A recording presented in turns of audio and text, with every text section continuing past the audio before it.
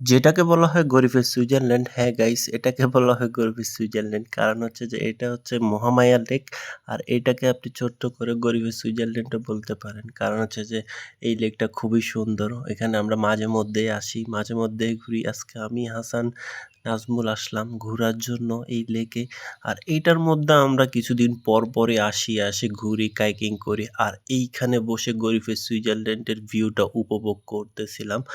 আর এইখানে দেখেন আমি হেঁটে হেঁটে একটু ভিডিও শুট নিচ্ছিলাম এখানে। মানে এত সুন্দর লাগে এই মহামায়া লেক। আর আমাদেরকে এখন কায়াকিং করতে হবে। কায়াকিং করার জন্য মানে মানে আমরা একটা বাজি ধরছি যে যে হারবে সেই টাকা দিবে, কায়াকিং এর টাকা। তো আমরা এখানে একটা বাজি ধরি যে ৩ বারের মধ্যে যে মানে সবচাইতে কম দাঁড় করাতে পারবে সেই কায়াকিং এর টাকাটা দিবে।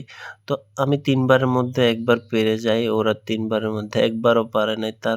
তারপর আবার কনটেস্ট হয়। তো সেখানেও মানে নাজমুল হেরে গেছে। তো নাজমুল হারার পরেও ওখানে একটু স্যাক্রিফাইস করা হইছে। টাকাটা দিছে কিন্তু হাসানে। তো আমিও কিছু বলি নাই, যাক আমি তো বেঁচে গেছি, তাহলে আমার আর কোনো টেনশন নাই। তো আমরা অলরেডি নিয়ে নিয়েছি একটা কায়াকিং বোট ৩ জনের। তো আমরা এখন কায়াকিং করার জন্য চলে যাচ্ছি মানে বোটের সামনে। আর এইখানে এই যে কায়াকিং এর মানে বৈঠাগুলা নিতে হবে। বৈঠাগুলা আগে ছিল লম্বা লম্বা, এখন দেখতেছি ছোট হয়ে গেছে। তার জন্য কিরকম আনিজি আনিজি লাগতেছিল।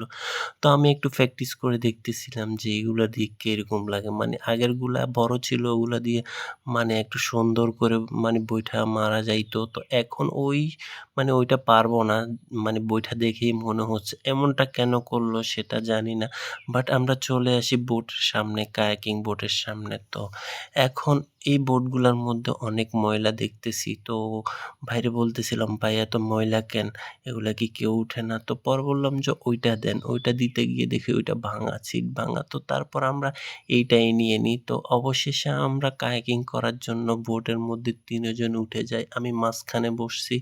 আর এই যে সুইজারল্যান্ড নামক খ্যাত সেই মহামায়া লেক খুবই সুন্দর লাগতেছে। মানে ওয়েদারটা খুবই সুন্দর। আর আমরা এখন চলে যাব একদম ওই মহামায়া লেকের সামনে দ্বীপগুলার ওইদিকে। মানে খুবই সুন্দর লাগে। দূর থেকে দেখতে মনে হয় যে ছোট্ট ছোট্ট দ্বীপ। আসলেই হ্যাঁ, এগুলা ছোট ছোট দ্বীপ। এগুলো খুবই সুন্দর লাগে দেখতে।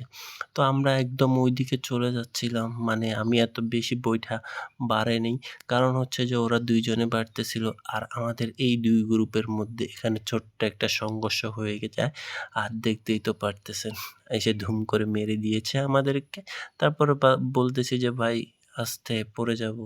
৪-৬ জন সবাই একদম পানির নিচে চলে যাবো। তো তারপর কি করবো, আমরা এখান দিয়ে রাউন্ড দিচ্ছিলাম। আর এইখানে আমি মাঝে মধ্যেই আসি, সেটা তো আপনারা জানেন, আগেও ভিডিও দেখছেন। আর এই যে মানে বৈঠা বাড়তে কষ্ট হচ্ছে, কারণ হচ্ছে যে বৈঠাগুলো আগে ২ পাশেই ছিল, লম্বা ছিল, তার জন্য অনেক ভালো লাগতো। আর এখন সেই ফিলটা পাচ্ছি না। আর আমাদের অলরেডি সময় শেষের পর্যায়ে, তার জন্য আমরা আবার মানে পাড়ে চলে যাচ্ছি। এখন আমরা এখান থেকে উঠে যাবো এই আরকি। তো আমরা অলরেডি উঠে চলে আসছি। আসলে অনেকদিনই বৈঠা মানে বাড়া হয় নাই, আর এই কায়াকিং করা হয় নাই। তার জন্য হাতে ব্যথা হয়ে গেছিল। মানে একটু বাড়ছিলাম তো তার জন্য। তো অবশেষে আমরা চলে আসি পাড়ে। আর এখন এইখানে দাঁড়ায় দাঁড়ায় একটু ভিডিও নিচ্ছিলাম, মানে পিক নিচ্ছিলাম। মানে ওয়েদারটা খুবই সুন্দর ছিল এই আরকি। তো সবাই ভালো থাকেন। আল্লাহ হাফেজ। আবারও দেখা হবে নেক্সট কোনো ভিডিওতে, নতুন কোনো জায়গায়। তো সবাই মাইন্ড পেজটা ফলো করে দিবেন। আল্লাহ